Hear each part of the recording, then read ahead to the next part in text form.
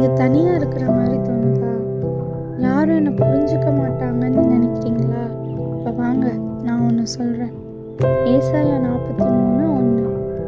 பயப்படாதே, நான் உன்னை மீட்டுக் கொண்டேன், உன்னை பேர் சொல்லி அழைத்தேன், நீ என்னுடையவன்.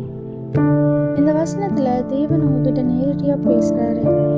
பயப்படாதேன்னு சொல்கிறாரு. ஏன்னா நீங்கள் இந்த உலகத்தில் யாரும் இல்லாதவர்கள் போல இல்லை. தேவன் உங்களை அறிவார், உங்களை நேசிக்கிறாரு, உங்களை பெயர் சொல்லி அழைத்திருக்கிறாரு. அது மட்டும் இல்லை, நீ என்னுடையவன்னு சொல்கிறாரு, நீ என்னுடையவள்னு சொல்கிறாரு. எவ்வளோ பெரிய பிரச்சனை வந்தாலும், எவ்வளோ பெரிய பயம் வந்தாலும் தேவன் உங்களை விட்டு போக மாட்டார்.